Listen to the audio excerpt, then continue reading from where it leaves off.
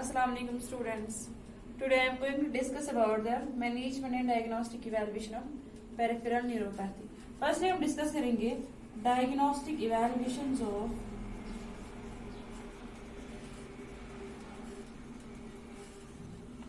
peripheral neuropathy.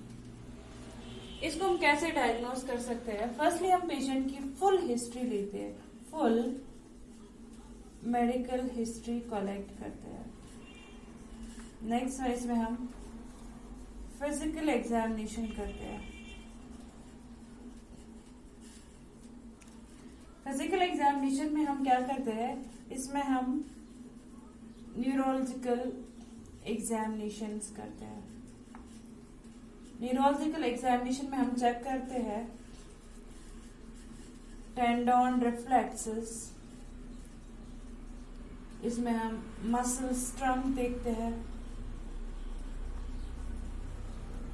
इसमें हम muscle tune check करते हैं, इसमें हम ability to feel certain sensation, क्योंकि इसमें सेंसेशन लॉस होता है तो उसके लिए हम इसको फील कराते हैं सर्टेन सेंसेशन से, देखते हैं कि इसमें सेंसेशन है कि नहीं। उसके बाद हम इसमें टेस्ट करते हैं। टेस्ट में हम क्या करते हैं? ब्लड टेस्ट करते हैं।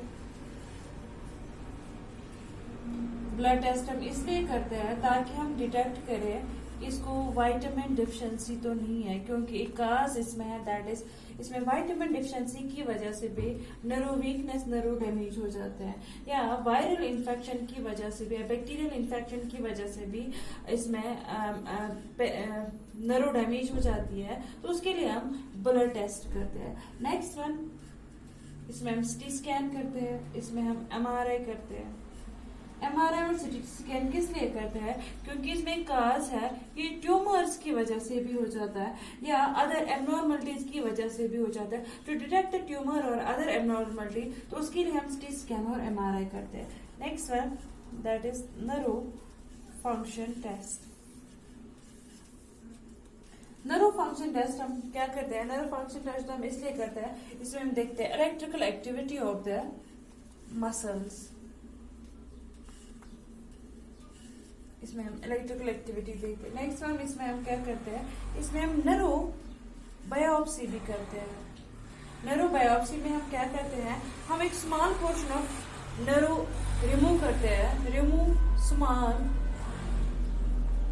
पोर्शन ऑफ नर्व, एक स्मॉल पोर्शन हम रिमूव करते हैं, और उसके बाद यूजुअली ये सेंसरी नर्व से हम रिमूव करते हैं, और उसके बाद इसमें हम चेक करते हैं तो लुक फॉर एबनॉर्मलिटी, कोई एबनॉर्मलिटी तो नहीं है, तो उसके लिए हम इसमें नर्व बायोप्सी करते हैं। सेकेंड वन, इसमें हम स्किन बायोप्सी करते हैं। स्किन बायोप्सी में भी हम स्मॉल पोर्शन ऑफ स्किन उठाते हैं, और उसके बाद उसको भी हम एनालाइज करते हैं। किस लिए एनालाइज करते हैं? To look for the reduction in nerve ending, nerve ending की रिडक्शन के लिए हम स्किन बायोप्सी भी करते हैं। These are the diagnostic evaluation, जिससे हम पेरिफेरल न्यूरोपैथी को डायग्नोस कर सकते हैं। Full medical history, physical examination या ब्लड टेस्ट या सिटी स्कैन या एमआरआई से हम इसको डायग्नोस कर सकते हैं। नाउ ट्रीटमेंट, इसको हम कैसे मैनेज कर सकते हैं? मैनेजमेंट में पहले मेडिकेशंस।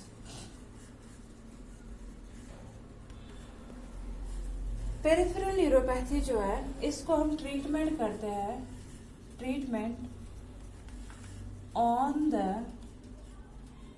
बेसिस ऑफ कॉज, क्योंकि इसमें डिफरेंट कॉजेस है, तो उन कॉजेस को पहले हम ट्रीटमेंट करते हैं। जैसे फॉर एग्जांपल ये डायबिटीज मेलाइटस की वजह से भी हो जाता है, that is called as diabetic neuropathy.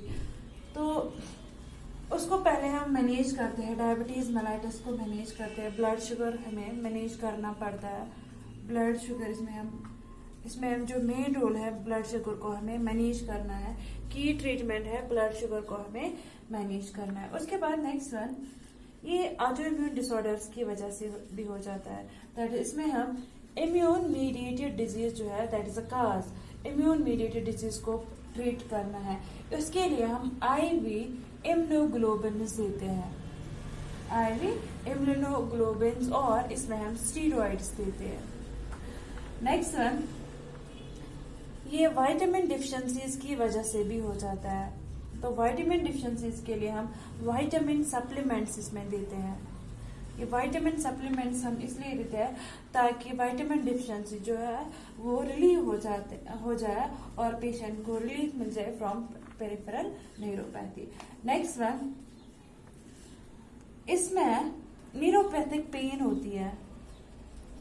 तो न्यूरोपैथिक पेन को मैनेज करने के लिए एंटी डिप्रेसेंट्स देते हैं। तो एंटी डिप्रेसेंट की वजह से पेन जो है वो रिलीव हो जाती है। तो उसके लिए हम ट्राईसाइक्लिक एंटी डिप्रेसेंट्स देते हैं। वो ट्राईसाइक्लिक एंटी डिप्रेसेंट्स क्या है? एक तो नॉरट्रिप्टालाइन एंड इसमें हम देते हैं एमीट्रिप्टालाइन। नेक्स्ट वन, हम इसमें एंटी सीजर मेडिकेशंस भी देते हैं। एंटी सीजर मेडिकेशंस में हम देते हैं गाबापेंटीन। नेक्स्ट वन, इसमें हम पेन को मैनेज करने के लिए non steroid anti inflammatory drugs देते हैं, दैट इज एनएसएइड्स इसमें हम प्रोवाइड करते हैं। और नेक्स्ट वन, इसको हम टॉपिकल ट्रीटमेंट करने के लिए टॉपिकल ऑइंटमेंट भी देते हैं। टॉपिकल ऑइंटमेंट में हम इसमें देते हैं कैप्साइसिन क्रीम। ये टॉपिकल ऑइंटमेंट है जिससे रिलीफ मिलता है पेशेंट को from the pain. these are the medications that are given for peripheral neuropathy. Next one, इसमें हम थेरेपीज देते हैं। पेरिफेरल न्यूरोपैथी को ट्रीट करने के लिए हम थेरेपी देते हैं। इसमें फर्स्ट वन थेरेपी दी जाती है, that is transcutaneous electrical neurostimulation, that is TNS, TENS। ये जो थेरेपी है इसमें यूज की जाती है लो वोल्टेज। ये एक थेरेपी है जिसमें लो वोल्टेज यूज किया जाता है किसका? इलेक्ट्रिक करंट का, जो ट्रीट पेन को ट्रीट करने के लिए इसमें low voltage electric current use की जाती है टू रिलीव फ्रॉम पेन और टू ट्रीट पेन। या ये इलेक्ट्रिक करंट क्या करता है? It blocks perception of pain. Pain perception जो है इसको ब्लॉक करता है। That is the first therapy. इसमें इलेक्ट्रिकल थेरेपी दी जाती है। नेक्स्ट थेरेपी इसमें हम देते हैं, that is plasma exchange. Plasma exchange में हम क्या करते हैं? जो ऑटोइम्यून डिजीज है, ऑटोइम्यून डिजीज की वजह से अपनी ही एंटीबॉडीज अपनी ही सेल्स को खा जाते हैं। इसमें क्या किया जाता है? इसमें एबनॉर्मल एंटीबॉडीज को रिमूव किया जाता है और इंट्रोड्यूस किया जाता है new plasma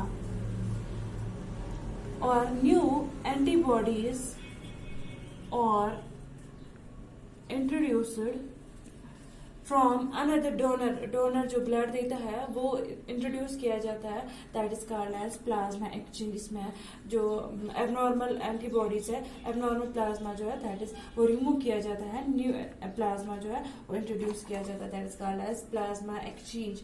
and next one, that is physical therapy. इसमें हम पेशेंट को फिजिकल थेरेपी करते हैं।